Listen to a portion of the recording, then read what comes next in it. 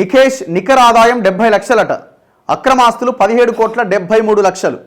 అంటే ఇది 17,73,00,000 అన్నది మార్కెట్ వాల్యూ కాదు, గవర్నమెంట్ రేటు కడితే అంత వాల్యూ వచ్చింది. ఇది దగ్గర 100 కోట్లకు పైన ఉంటుంది మార్కెట్లో ఆ భూములు కానీ అవన్నీ అమ్మితే. సంచలనం సృష్టించిన హైదరాబాద్ ఇరిగేషన్ డివిజన్ 1 ఏఈ హీరూర్ నిఖేష్ కుమార్ అక్రమాస్తుల కేసులో అవినీతి నిరోధక శాఖ విచారణ కొనసాగుతోంది. నిఖేష్ కుమార్ 2013లో ఉద్యోగంలో చేరినప్పటి నుంచి గత నెల 30న అరెస్ట్ అయ్యే నాటికి అతని ఆదాయ ఖర్చుల లెక్క తేల్చారు.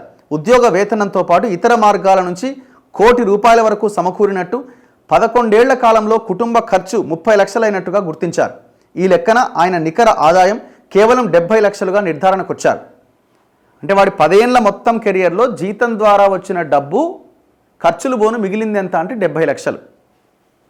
₹1 కోటి సంపాదించిన అనుకుంటే జీతం ద్వారా 30 లక్షలు ఖర్చుకు పోతే 70 లక్షలు మిగిలాలి. మరి 70 లక్షలు మిగిలాల్సిన వాడికి ఆయన వద్ద సుమారు ఇప్పటికే బహిరంగ మార్కెట్లో 100 కోట్లు ఉన్నది వాల్యూ, కానీ ప్రభుత్వం లెక్క కడితే 17,73,00,000 ఆస్తులు ఉన్నాయని తేలడంతో మిగిలినదంతా అక్రమార్జన కిందే లెక్క కట్టారు.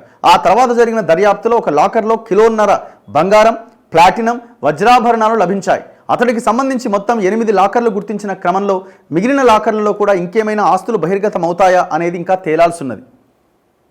ఈ నేపథ్యంలో నిఖేష్ అక్రమార్జనకు పాల్పడింది ఎలా, అక్రమంగా కూడబెట్టిన ఆస్తులు ఇంకేమైనా ఉన్నాయా అనేది తేలాల్సి ఉన్నది. గురువారం నుంచి అవినీతి నిరోధక శాఖ కస్టడీలో ఉన్న ఆయన నుంచి ఇదే విషయం పైన ఆరా తీస్తున్నారు. మీరు ఫస్ట్ చేయాల్సింది ఏంటంటే వాడు దేనికి పర్మిషన్లు తెచ్చిండు, 4 వేస్తే 4 అంటిస్తే మొత్తం కక్కుతాడు. ఎక్కడైతే అక్రమ పర్మిషన్లు వాడిచ్చిండో వాటిని 22A కింద ఆ భూములను నిషేధిత జాబితాలో పెట్టండి. మేము రీసెంట్గా చేసిన ఫినిక్స్ ప్రాజెక్టు సుమధుర పేరుతో అమ్ముతున్నాడు, నార్సింగి 2 చెరువును కబ్జా పెట్టిండు ఎన్ఓసి తీసుకొని, దాన్ని 22A కింద నిషేధిత జాబితాలో పెట్టి రంగనాథ్ గారు, రేవంత్ రెడ్డి గారు ఆ చెరువుని రీస్టోర్ చేయండి. శాతనైతలే చేసే దమ్ము లేదు, ఎందుకంటే మా దోస్తులే కాబట్టి. కేటీఆర్ బినామీలు మనకు దోస్తులు. 2021 నుంచి అమాంతం పెరిగిన అక్రమార్జన. వికారాబాద్ జిల్లా తాండూరుకు చెందిన నిఖేష్ తండ్రి రాజశేఖర్ చిరు వ్యాపారి, తల్లి మహాలక్ష్మి గతంలో వీఆర్ఓగా పనిచేసి ప్రస్తుతం జూనియర్ అసిస్టెంట్గా విధులు నిర్వర్తిస్తున్నారు.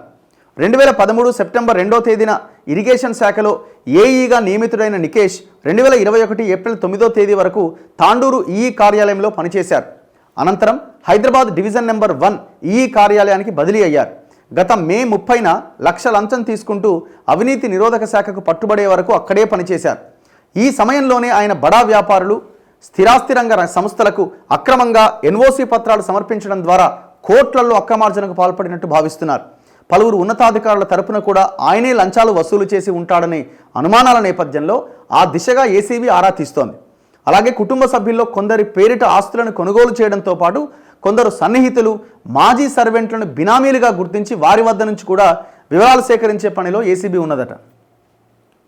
ఈ దొరికింది 17 కోట్లే, ఏది మా గవర్నమెంట్ వాల్యూ ప్రకారంగా అది 100 కోట్ల పైన ఉంటుంది.